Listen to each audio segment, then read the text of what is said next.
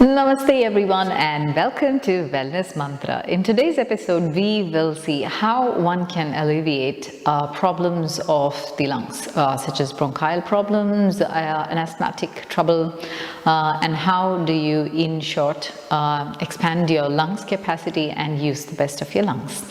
Well, the one thing that we all do is primarily breathe, and we all know the different types of breathing, the sectional breathings that we have learned earlier, the abdominal, thoracic and clavicular breathing, and the full yogic breathing, which involves the entire lung capacity as you use all the frames of the lungs.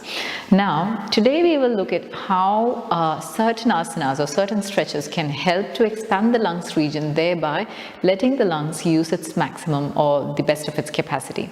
Not just that, these asanas that we will be dealing with today also will help to stretch your abdominal muscles and internal organs, which means it'll help to stretch your digestive organs and your reproductive organs, thereby making them more healthier and supple.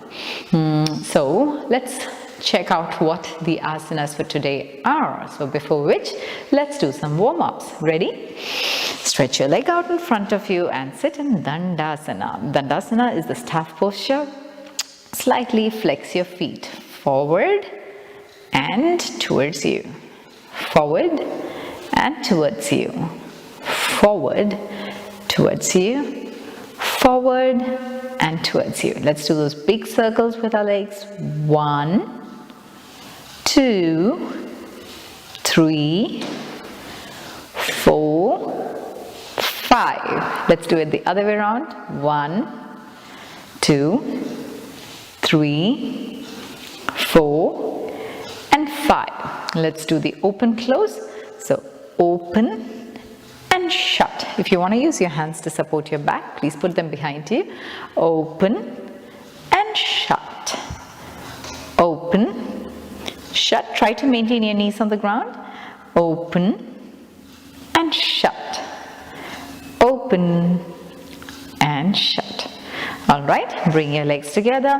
Let's do a little bit of knee flexing. Tighten your kneecaps and release them. So you can actually feel your kneecaps as you tighten them. So tighten your kneecaps, release. Tighten your kneecaps, release. Tighten your kneecaps and release.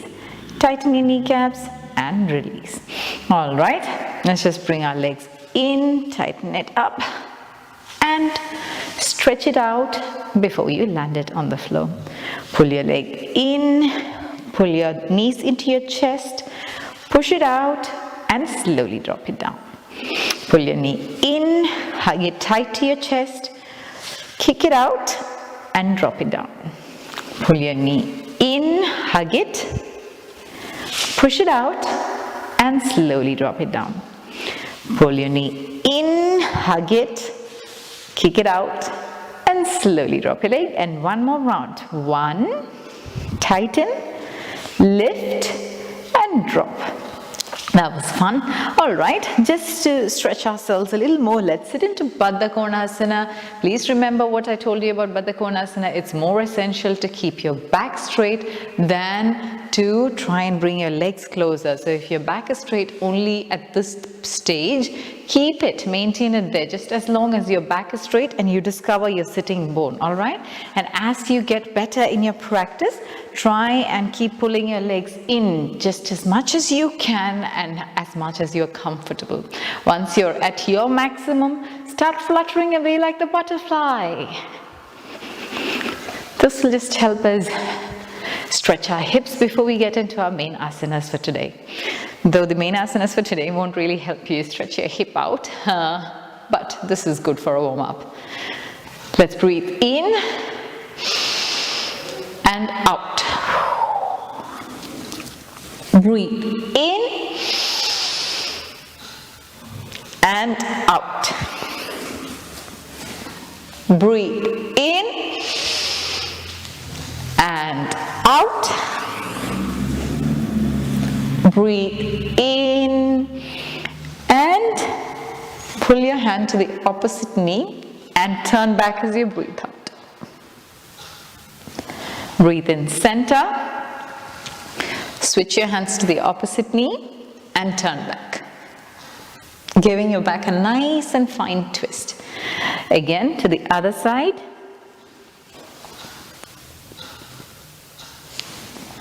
Center.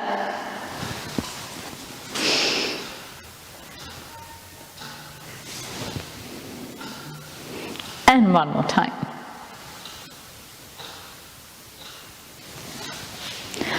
All right, we're almost there. Just to do a little bit of shoulder rotation. 1, 2, 3, 4. The other way around.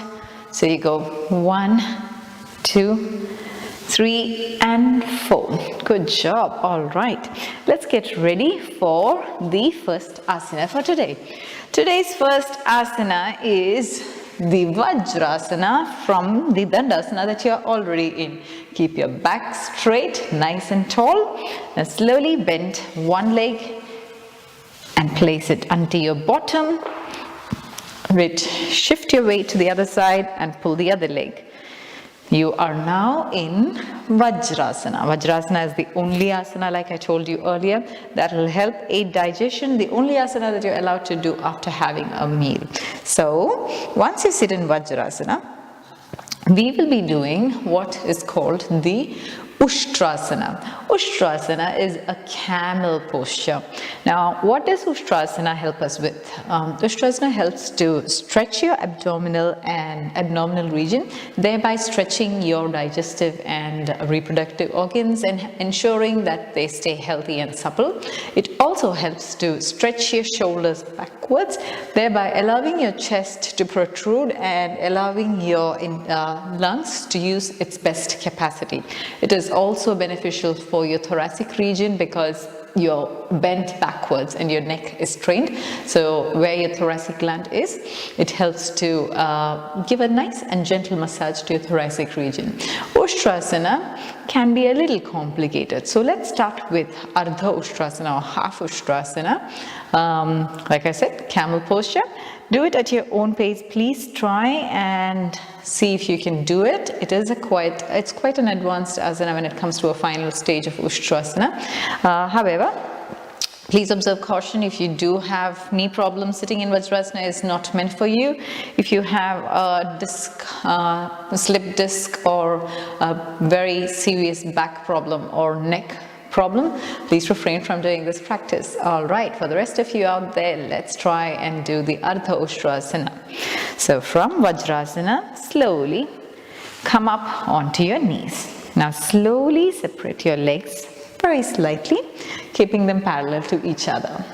Once you're here, you're slowly going to try and place your hands behind your back, lower back, like how you do the Ardha Chakrasana. So put your fingers together. Try not to pull your thumb and strain your thumb as you hold. Make sure all your fingers are pointed forward. Slowly put your hands on your hip and slide it back as much as you can. If you can meet both your wrists together, wonderful. Now from here, we're going to breathe in and go back. Just observe. I cannot be talking when I do this asana, so just observe me and then I'll tell you how to go through it step by step. Ardha Ushtrasana, breathing in and going back.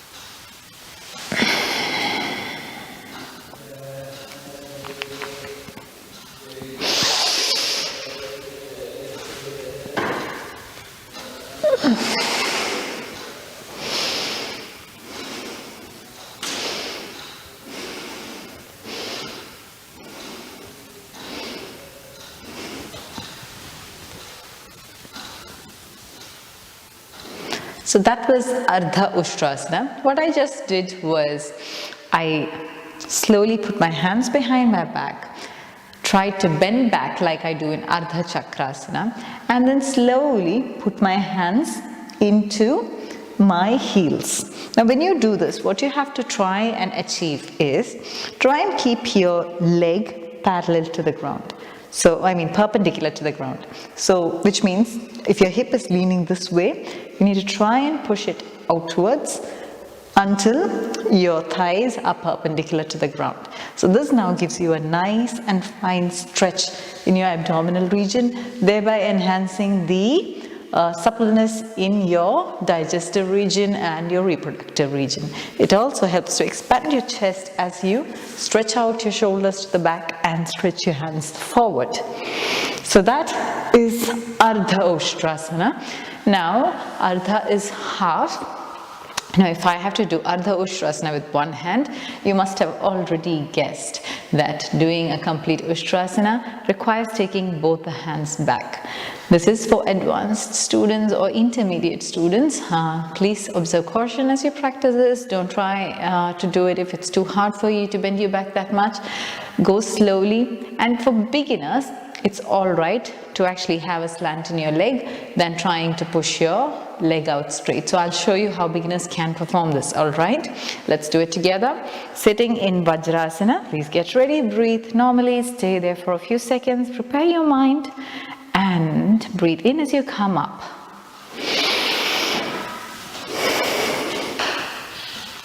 Gently place your palms on the side of your hands, your hip, and slide your hands behind. And from here, breathe in and start going backwards as you breathe in.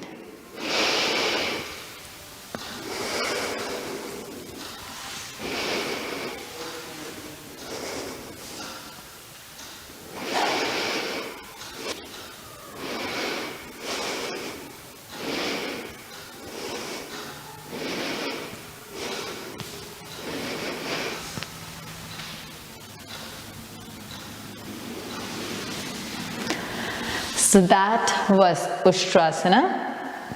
So as beginners, when you try and pull your palms into your heels, it is quite possible that your body slants slightly. This is perfectly all right.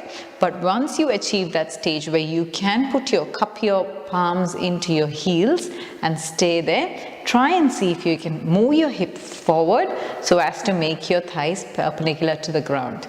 So that way, you're giving your chest a nice expansion, helping to use the best of your lung capacity, helping to alleviate any concerns of the lungs, such as bronchial problems or asthma. For children who have asthma, this is one of the best asanas that can be performed because children are pretty flexible. Their shoulders can go backwards, not like us adults who find it difficult to pull your shoulders backward. So they find it very exciting and it's like a play for them, but highly beneficial for their bronchial health. So try and see if your children can practice this. This is very good for them. Now, after the Ardha Ushtrasana and Ushtrasana, it is essential to do a posture that will have a forward bend because we just did a backward bend. And the easiest forward bend as you sit in Vajrasana is the Shashankasana. So from there, as you sit here, gently slide down and go into Shashankasana. Rest in Shashankasana for a little while. Observe your chest and abdomen pressed against your thighs. Breathe normally. Feel the weight build up in your face. Feel the heaviness and pressure that you feel on your face. Stay there. Relax.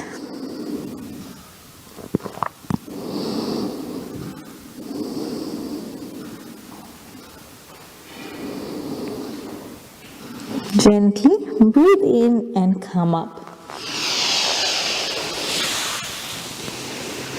All right, now that we are already in Vajrasana, why don't we do another one more asana, which will be helpful for the same thing, to alleviate bronchial problems, asthmatic troubles, and generally breathing problems or shortness of breath. Now to perform this asana again, now that we are already here, from Vajrasana, we'll have to go down into Supta Vajrasana or lying down, sleeping Vajrasana.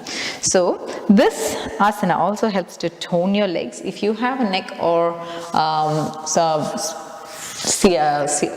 neck or spondylitic issue, try and not practice this. If you have a serious knee problem, you may not be able to sit in Vajrasana or stretch your knee anywhere beyond.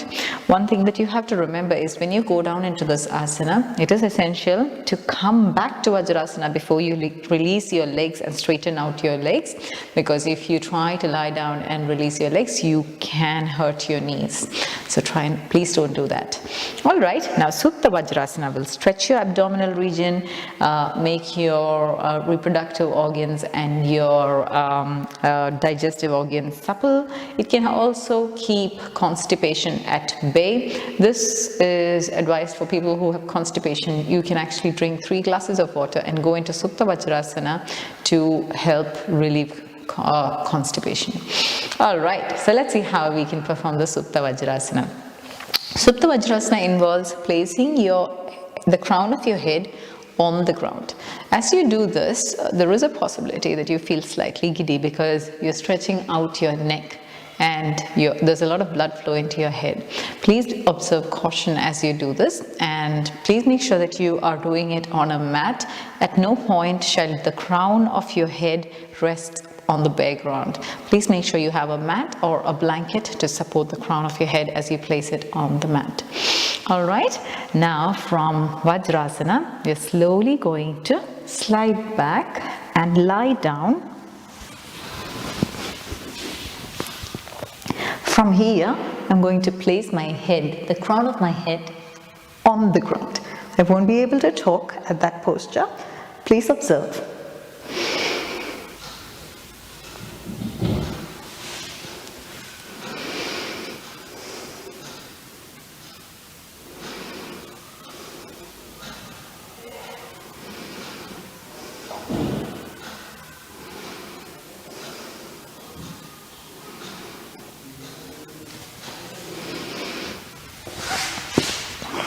Using the support of your elbow, please come up.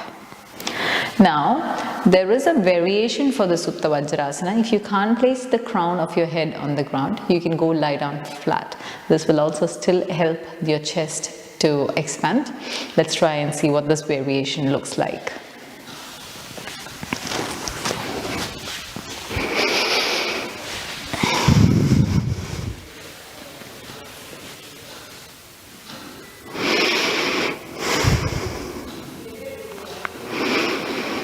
This relaxes your neck region as you do this variation, but as you notice, your chest is completely expanded. You feel a nice stretch in your abdominal region.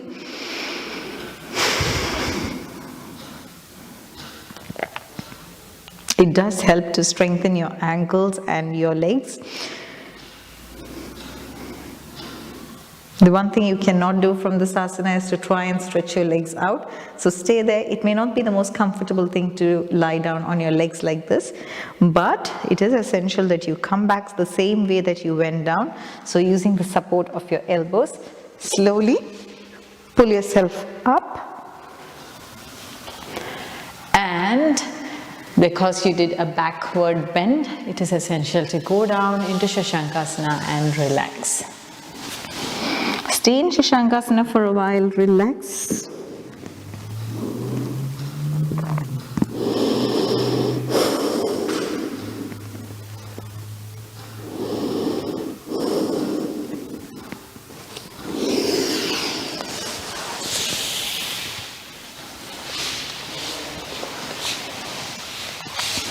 So that was Supta Vajrasana. We had performed 2 variations of the Supta Vajrasana. We also did the Ushtrasana, everything sitting in Vajrasana as a beginner's posture from the Dandasana that you were in. So like I told you, all this is highly beneficial for your abdomen. It is beneficial for your internal organs such as your digestive system and your reproductive system. It also helps to activate your thoracic gland. So if you have a thoracic problem or if you have a thyroid issue, it also helps to regulate your thyroid glands to an extent. So good luck practicing. I hope you enjoyed today's session, and I'll see you soon. Until then, goodbye and have a lovely day.